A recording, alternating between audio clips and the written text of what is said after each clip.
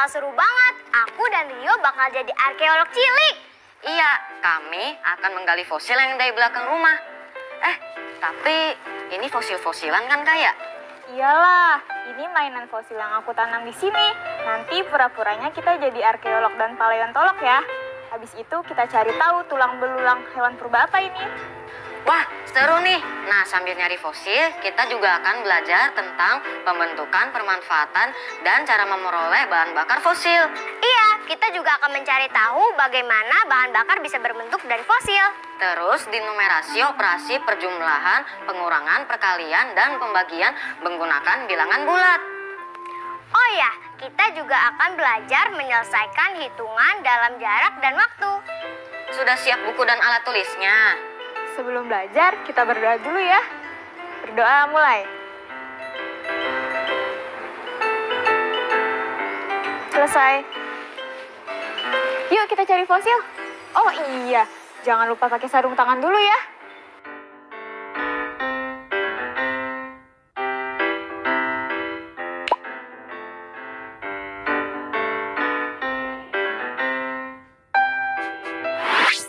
Nah, hari ini kita akan mencari fosil binatang purba. Wah, seru! Tugas kalian akan menggali fosil yang sudah kakak tanam. Terus, nanti sama-sama kita akan menyusun dan mencari tahu fosil apa saja itu. Jelas? Jelas! Nah, di sebelah sini nih. Yuk kita gali.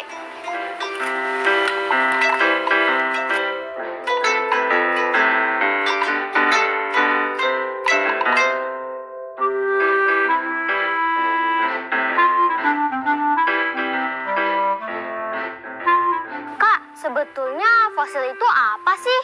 Fosil itu sisa tulang belulang binatang atau sisa tumbuhan zaman purba yang sudah membatu. Terus, lama sekali terkubur di bawah lapisan tanah. Terus, gunanya fosil itu apa ya, Kak? Fosil yang masih berbentuk tulang belulang, kayak yang sedang kita gali ini, gunanya untuk ilmu pengetahuan, mempelajari apa yang terjadi di zaman dulu. Tapi, ada juga fosil yang sudah berubah jadi bahan bakar.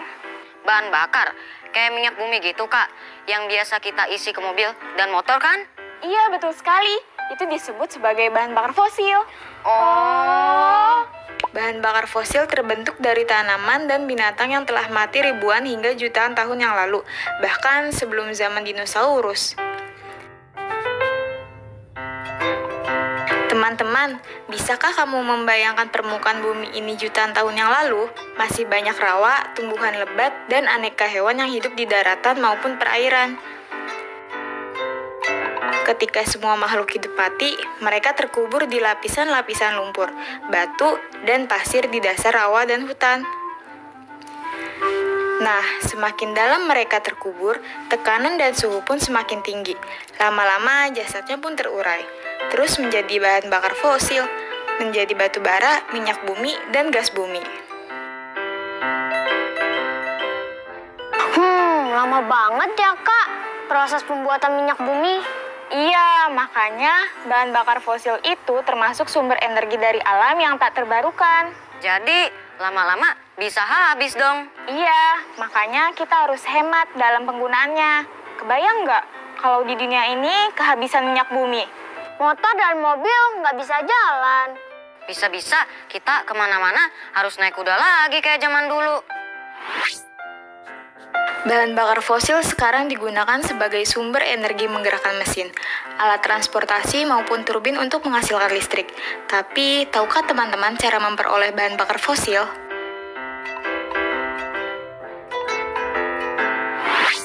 Caranya dengan menambang batu bara dan pengeboran sumur minyak dan gas bumi di daratan dan lepas pantai.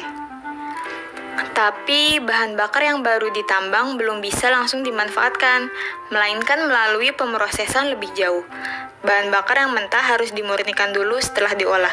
Bahan siap ditransportasikan dan dimanfaatkan untuk produksi listrik dan lain sebagainya. Dari penjelasan kakak tadi, baik sekali ya kosakata baru yang aku pelajari hari ini. Apa aja? Yang pasti kita belajar tentang arti kata fosil, yaitu sisa belulang binatang atau tumbuhan zaman purba yang sudah membatu dan tertanam di bawah lapisan tanah. Terus kata penambangan yang berarti lombong, tempat menggali hasil dari dalam bumi berupa batu bara, biji logam, dan sebagainya. Kalau pengeboran, tahu nggak artinya?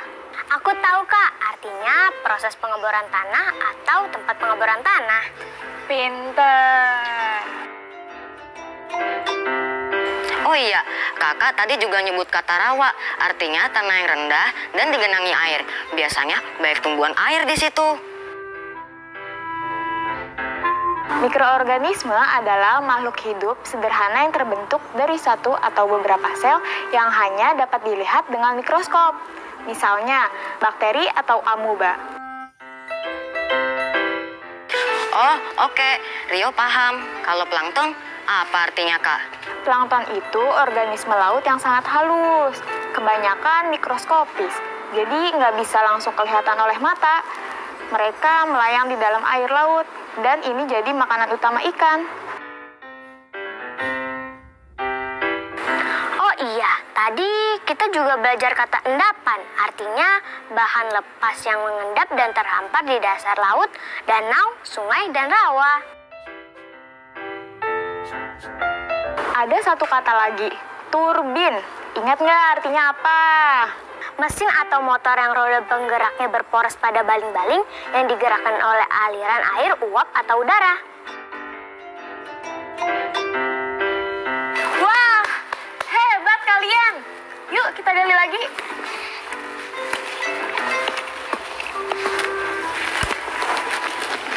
Wah, Kak, lihat, fosilnya sudah mulai terlihat. Wah, sudah kelihatan ya? Rio, tolong ambil karungnya dong. Oke, Kak, siap.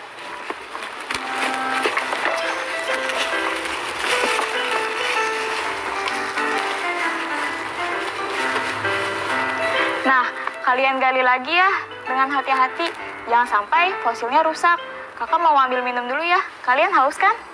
Iya, kami haus. Oh iya, galinya jangan lupa menggunakan kuas. Seperti ini. Oke, Kak. Kakak ambil minum dulu ya.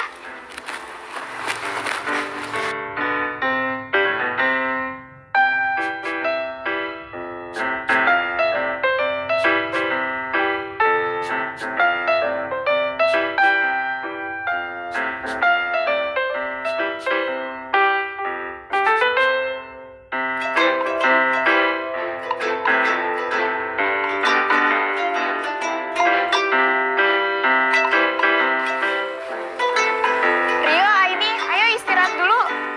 Oke, Kak.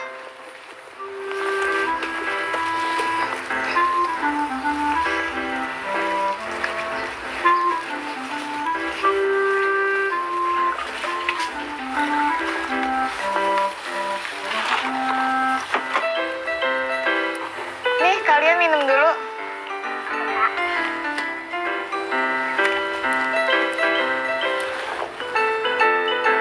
Ah, segar. Kita main tebak-tebakan yuk. Wah, seru tuh. Tapi soalnya jangan susah-susah ya. Nanti jawabnya cepet-cepetan. Oke. Pertanyaannya seputar kosakata baru tadi aja, Kak. Wah, bisa tuh. Oke, pertanyaan pertama. Tubuh manusia merupakan habitat bagi berbagai titik-titik, seperti bakteri. Hayo, ada yang tahu nggak jawabannya? Aku, mikroorganisme. Ya, 100 buat Rio. Pertanyaan kedua. Banjir yang terjadi di kota disebabkan alih fungsi lahan titik-titik menjadi daerah pemukiman. Aku. Lahan rawa. Ya, Aini benar. 100 buat Aini. Pertanyaan ketiga. Untuk menanggulangi banjir, perlu dibangun saluran air dan daerah titik-titik air. Aku, daerah resapan. Ya, betul. Pertanyaan keempat. Untuk mengantisipasi banjir pada musim hujan, dilakukan pengerukan titik-titik lumpur di Sungai Kalimalang, Bekasi. Aku. Jawabannya endapan lumpur. Ya, betul. 100 untuk Rio. Selanjutnya, dengerin ya soalnya. Setelah pemasangan titik-titik angin, seluruh rumah di desa itu teraliri listrik. Aku, jawabannya turbin angin. Ya, betul. 100. Pertanyaan ke-6. Titik-titik memberi gambaran mengenai wujud makhluk yang pernah hidup beberapa abad bahkan ribuan tahun lalu. Fosil. Aku duluan. Aku. Kalian barengan. Nilainya bagi 2 ya, 50-50. Lumayan, dapat nilai 50. Ayo lanjut, Kak. Untuk memenuhi kebutuhan pasokan listrik yang semakin meningkat, pemerintah melakukan titik-titik sumur minyak di beberapa tempat. Aku, pengeboran. Ya, betul. Nah, pertanyaan terakhir nih. Siap-siap ya. Kegiatan titik-titik tersebut menggunakan alat berat untuk menggali tanah dan bebatuan. Aku, penambangan, Kak. Ya, betul. Pemenangnya adalah Aini. Keren, selamat ya ini. Makasih ya, Rio. Nah, jelas kan penjelasan kakak tadi? Sekarang coba ya tulis proses pembentukan bahan bakar fosil di kolom-kolom berikut ini. Kalau sudah selesai, kalian kasih tahu ke guru kalian.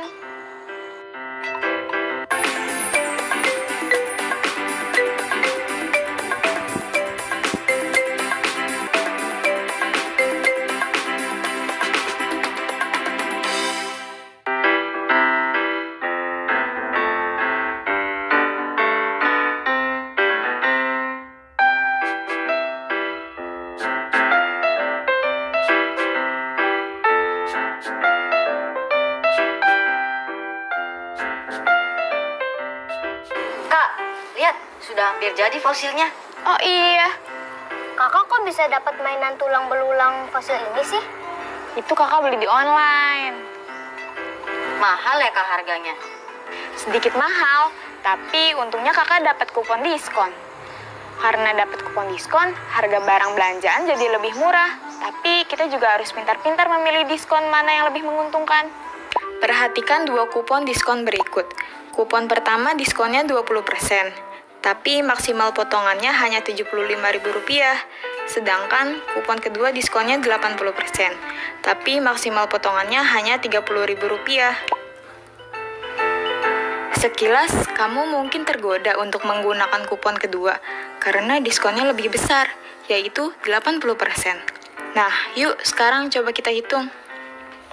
Dengan bantuan fraction bar atau juga sering disebut garis pembagian bilangan, kita bisa melihat bawahnya 80% dari 300.000 adalah 240.000. Jadi, yang harus kamu bayar adalah 300.000 dikurang 240.000.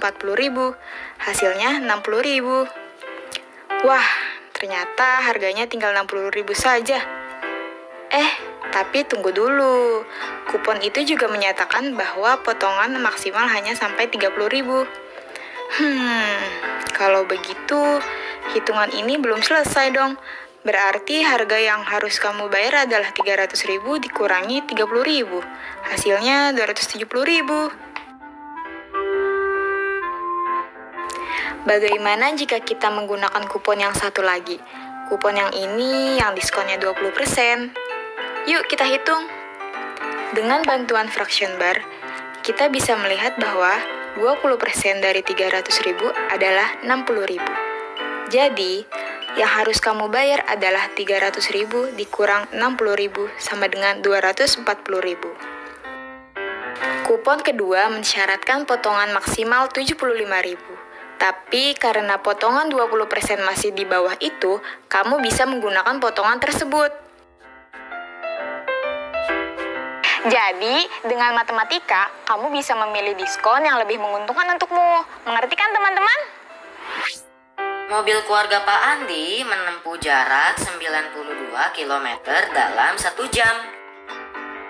Pak Ronald mengemudi selama 2,2 jam di hari pertama dan menempuh jarak 152 km.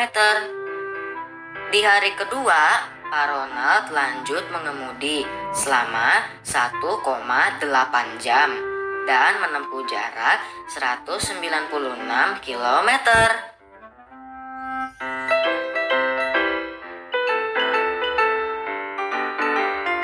Tommy mengemudi selama 2 jam 30 menit di hari pertama dan menempuh jarak 2.394 hektometer.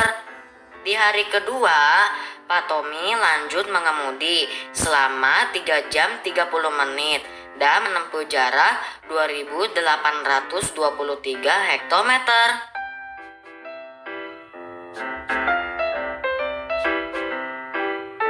Pak Jerry mengemudi selama 1 jam 20 menit di hari pertama dan menempuh jarak 121,5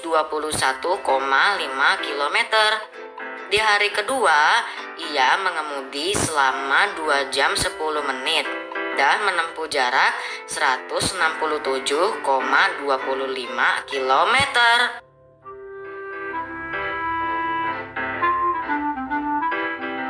Pak Benny mengemudi selama 3 jam 40 menit di hari pertama dan menempuh jarak 351,2 km. Di hari kedua, dia menempuh jarak 119,6 km dalam waktu 1 jam 50 menit.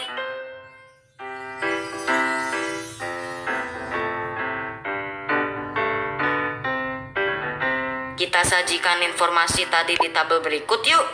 Nyatakan semua jarak tempuhnya dalam kilometer dan waktu tempuh dalam jam. Pak Tommy berkata bahwa mobilnya yang paling cepat karena berhasil menempuh jarak paling jauh. Apakah perkataan Pak Tommy benar? Jelaskan alasanmu.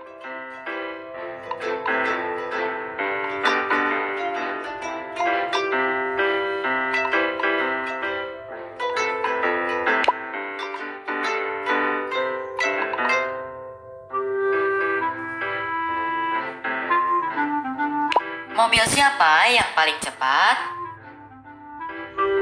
Ayo, jelaskan caramu menghitungnya.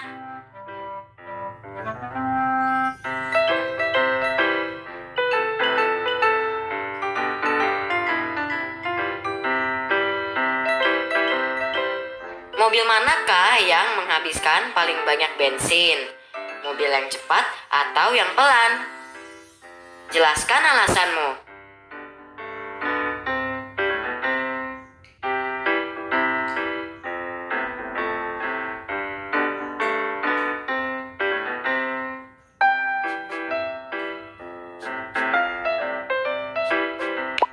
Nah, teman-teman, sekarang kita latihan soal yuk. Perhatikan tabel ini. Ini adalah jarak yang ditempuh truk tangki dalam seminggu. Pada hari ke-1, truk menempuh jarak 121 km dalam waktu 1 jam 20 menit. Pada hari kedua, truk menempuh jarak 346,5 km dalam waktu 2 jam 30 menit. Pada hari ketiga, truk menempuh jarak 582,1 km dalam waktu 4 jam 25 menit. Pada hari keempat, truk menempuh jarak 420 km dalam waktu 3 jam 30 menit. Pada hari kelima, truk menempuh jarak 385 km dalam waktu 2 jam 40 menit.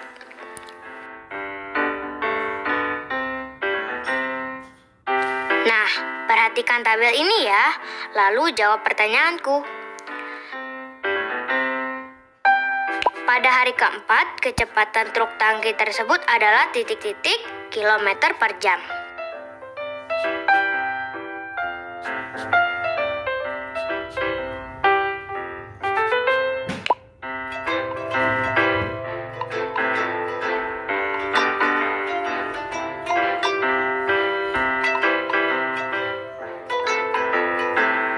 Pada hari kedua, kecepatan truk tangki tersebut adalah titik-titik kilometer per jam.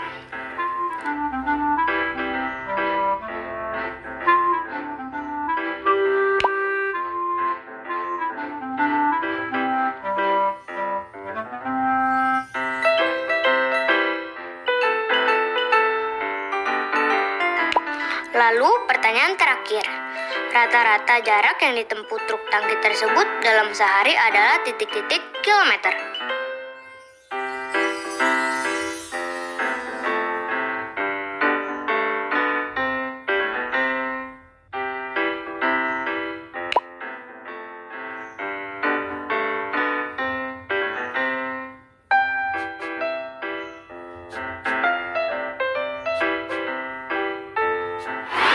Nah, ada soal hitungan lagi nih.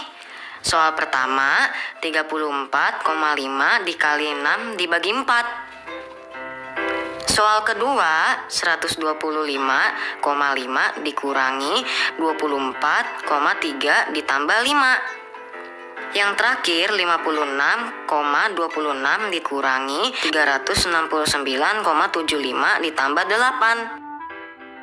Teman-teman, catat dan selesaikan di buku tugas kalian ya. Kalau sudah selesai, tunjukkan ke orang tua atau ke guru kalian. Hore, jadi! Wah, iya. Ini T-Rex kan? Ya, betul. Wah, kalian hebat sudah jadi arkeolog dan paleontolog cilik. Terima kasih ya sudah temani kakak bermain hari ini. Terima kasih juga teman-teman sudah belajar dan menemaniku bermain hari ini. Hari ini kita sudah belajar tentang bahan bakar fosil, bagaimana terjadinya dan apa manfaatnya. Di numerasi, kita sudah belajar menghitung jarak, waktu tempuh, dan kecepatan sebuah kendaraan ya. Teman-teman sudah paham kan? Sampai jumpa di program belajar dari rumah selanjutnya. Dadah!